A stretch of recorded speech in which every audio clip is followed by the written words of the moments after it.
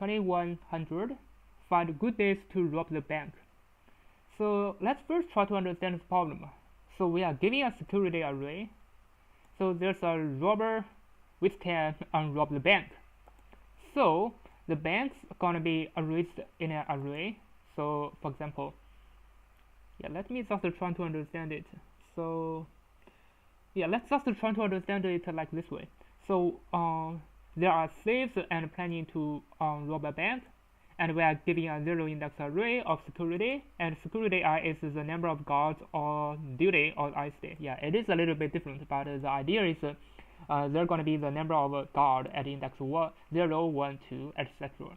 So the days are numbered starting from 0. You are also giving an integer time.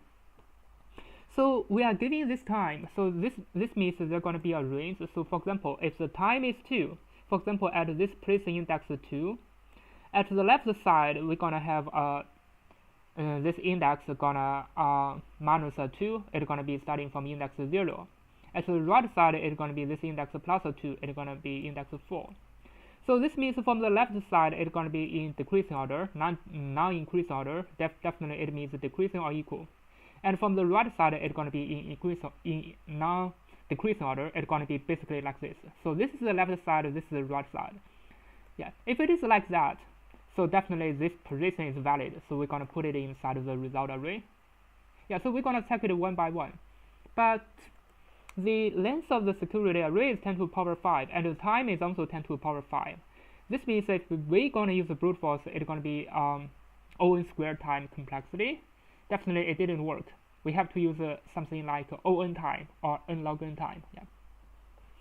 So instead of solving at each of the position, instead of solving it by using O(n) time, why not we just solve it in O(1) time? Is that possible? Yes, it is, because we can use something like the dynamic programming. We're gonna prepare some prefix and suffix array to solve the problems. Let me just use this example. So for example, we have 5, 3, 3, and another 3, 5, 6, 2. So what's going to be the prefix? How can we prepare the prefix sum? So for preparing the prefix sum, this means we're going to prepare a decreasing array. So if it is a decreasing, so we're going to prepare the length here is 1. If this is a decreasing, it is a 2. If this is a decreasing, because it is equal, so this one going to be 3. If this is a decreasing, this one going to be 4. But this is not decreasing from 3 to 5. It is increasing. So here is still 1, and 6 it is a 2. And for this, this is let me make it right. So this is increasing, not okay. This is increasing, not okay. It is 1, and this is a decreasing. So here going to be 2. Now let's just prepare a suffix array.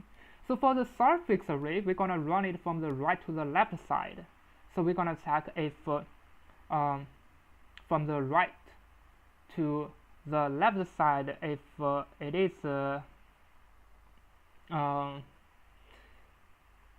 is decreasing.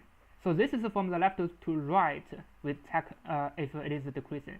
So here we're gonna check from the right to the left. Actually, we are checking the increasing array. So from the right to left, we're gonna check if it is decreasing. So here this is 1. So this is a 1 less than or equal to 2. So this is a decreasing. This is okay. So it's gonna be 2, and here gonna be 3, and this is the increasing, not okay, still 1, and this is a decreasing. Because it is a 3. So this is a decreasing. So here gonna be 2, 3. Oh, I did something wrong. I needed to calculate according to this array instead of the prefix array. So let me just recalculate it. So here gonna be 1, and this is 6. It's gonna be increasing, but we need the decreasing. So it's gonna still be 1. For this 5, it is decreasing. Okay. For this 3, it's gonna be 3. It is decreasing. This is 3. It's gonna be 4. This 3 decreasing. It's gonna be 5. And for this 5, it is not decreasing. It is increasing actually from the right to left. So it's going to be 1. Now we have the prefix and the suffix array, and then we just need to enumerate each of the index. So for example, from index 2, this is 3. It is more than and equal to time plus 1. And this 4 is more than and equal to time plus 1 because time is 2. So this is valid. So this is 4 more than equal to 3, this is 3 more than equal to 3, this is also valid, so only index 2 and 3 are valid, so this is why we're going to have the result 2 and 3. Yeah, I think it's really easy to understand for the problem, and it's really easy to think about it. Now let's just start coding. So we're going to prepare the length of the security array, and we're going to prepare a prefix and a suffix at the same time. So we're going to prepare a suffix array. Now let's just prepare the prefix and the suffix array. So for the prefix array, for I in range from 1 to n, so we're going to check the array if it is decreasing. So if security I is less than or equal to security I minus 1. So this means for the prefix I, it's going to be plus equal to prefix I minus 1. And let me just print out the prefix to check what happens. Yeah. Let me set the result array to be an empty array. Yeah, let's check what happens for the prefix. As we can see, for this example 1, it is 1, 2, 3, 4. It means it is exactly what we are calculating. It is okay. Yeah, so for 5, 6, it is increasing because it becomes 1, 1, and 2. Now let's similarly just prepare the suffix array. Let me just copy and paste. So instead of 1 to n, it's going to be n minus 2, minus 1, and minus 1. I hope you understand. This is just the opposite of the. This is from left to the right. This is from the right to the left because we are preparing the suffix. So for the suffix array, this is I plus 1. We also need to check it's going to be decreasing from the right to the left. So this means the I going to less than or equal to I plus 1. So here going to be I plus 1, and this one going to be the suffix, and this is the suffix as well. Now let's just print out the suffix to check if everything is okay.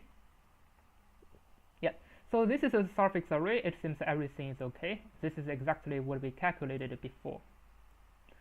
Now we just need to get the final result. Yeah, so this is our result array, and we're gonna check it for I in range n. If prefix of I more than or equal to time plus 1, and the suffix of I more than or equal to time plus 1. Why we're going to plus 1? Because the number itself is included, but for here it is from the left side the time going to be 2, from the right side the distance is going to be 2. So if it includes itself, so we're going to we need to plus a 1. So this is why from here we plus a 1. If it is valid, so we're going to put the index I inside of the result array, and finally we're going to return the result array. As you can see, it works. Now let me just submit it.